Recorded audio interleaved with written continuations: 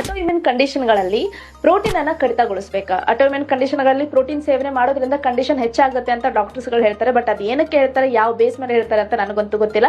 Being a clinical dietician, ನನ್ನ ಈ ತರದ ಕ್ಲೈಂಟ್ಸ್ಗಳು ಬಂದಾಗ, ಸೋರಿಯಾಸಿಸ್, ಎಕ್ಸಿಮಾ, ಈ ತರದ ಆಟೋ ಇಮ್ಯೂನ್ ಡಿಸೀಸ್ಗಳ ಇರುವಂತಹ ಕ್ಲೈಂಟ್ಸ್ಗಳು ಬಂದಾಗ ನಾನು ಪ್ರೋಟೀನ್ ಇಂಟೇಕ್ ಅನ್ನ ಜಾಸ್ತಿ ಮಾಡಿಸ್ತೀನಿ, ಸೊ ದಟ್ ಅವರು ಬೇಗ ರಿಕವರಿ ಆಗ್ಲಿ ಅಂತ. ಇದನ್ನ ಸುಮ್ಮನೆ ಹೇಳ್ತಾ ಇಲ್ಲ. ರಿಸರ್ಚ್ ಪ್ರಕಾರನು ಏನ್ ಹೇಳುತ್ತೆ ಅಂತ ಅಂದ್ರೆ, ಪ್ರೋಟೀನ್ ಒಂದು ಹೀಲಿಂಗ್ ಕಾಂಪೌಂಡ್. ಅಂದ್ರೆ ಯಾವಾಗ ನೀವು ಸರಿಯಾದ ಪ್ರೋಟೀನ್ ಇಂಟೇಕ್ ಮಾಡ್ತೀರಾ, ನಿಮ್ಮ ದೇಹದಲ್ಲಿ ಕೊಲಾಜನ್ ಪ್ರಮಾಣ ಚೆನ್ನಾಗಿರುತ್ತೆ, ಕೆರಟಿನ್ ಪ್ರಮಾಣ ಚೆನ್ನಾಗಿರುತ್ತೆ. ಇದರಿಂದ ಇನ್ಫ್ಲಮೇಷನ್ ಕಡಿಮೆ ಆಗುತ್ತೆ, ಸ್ಕಿನ್ ಸ್ಮೂತ್ನೆಸ್ ಏನಿರುತ್ತೆ, ಸರ್ಫೇಸ್ ಚೆನ್ನಾಗಿರುತ್ತೆ, ಇನ್ಫ್ಲಮೇಷನ್ ರೆಡಿ ಆಗಿ ಎಕ್ಸಿಮಾ, ಸೋರಿಯಾಸಿಸ್ ಕಂಡೀಷನ್ಗಳಲ್ಲಿ ನೀವು ನೋಡಬಹುದು ಸ್ಕಿನ್ ಫ್ಲೇರ್ ಅಪ್ ಆಗಿರುತ್ತೆ, ಅದು ಕೂಡ ಕಡಿಮೆ ಆಗುತ್ತೆ, ರೆಡ್ನೆಸ್ ಕಡಿಮೆ ಆಗುತ್ತೆ, ಇಚ್ನೆಸ್ ಕಡಿಮೆ ಆಗುತ್ತೆ. ಅದಷ್ಟೇ ಅಲ್ಲದೆ ಪ್ರೋಟೀನ್ ನಲ್ಲಿ ಇರುವಂತಹ ಅಮೈನೋ ಆಸಿಡ್ಸ್ ಇಂದ ಇನ್ಫ್ಲಮೇಷನ್ ಯಾವಾಗ ಕಡಿಮೆ ಆಗುತ್ತೆ ಅವಾಗ ಇಮ್ಯೂನ್ ಸಿಸ್ಟಮ್ ಏನಾಗುತ್ತೆ, ಮಾಡ್ಯುಲೇಟ್ ಆಗುತ್ತೆ, ಟಿ ಸೆಲ್ಸ್ ಜನರೇಷನ್ ಆಗುತ್ತೆ. ಸೆಲ್ಸ್ ರೀಜನರೇಷನ್ ಆದಾಗ ಏನಾಗುತ್ತೆ, ಸ್ಕಿನ್ ಹೆಲ್ದಿ ಆಗುತ್ತೆ, ವೌಂಡ್ ಹೀಲಿಂಗ್ ಆಗುತ್ತೆ. ಸೊ ಹೀಗಾಗಿ ಆಟೋ ಇಮ್ಯೂನ್ ಡಿಸೀಸ್ಗಳಲ್ಲಿ ಹೆಚ್ಚಾಗಿ ಸೋರಿಯಾಸಿಸ್ ಮತ್ತೆ ಎಕ್ಸಿಮಾ ಕಂಡೀಷನ್ಗಳಲ್ಲಿ ಪ್ರೋಟೀನ್ ಇಂಟೇಕ್ ಅನ್ನ ಕಟ್ ಡೌನ್ ಮಾಡಿಬಿಡಿ. ಇನ್ಫ್ಯಾಕ್ಟ್ ಪ್ರೋಟೀನ್ ಇಂಟೇಕ್ ಅನ್ನ ಚೆನ್ನಾಗಿ ಮಾಡಿ, ಇದರಿಂದ ಒಂದು ಸ್ಕಿನ್ ಹೆಲ್ತ್ ಏನಾಗುತ್ತೆ, ಚೆನ್ನಾಗಿರುತ್ತೆ.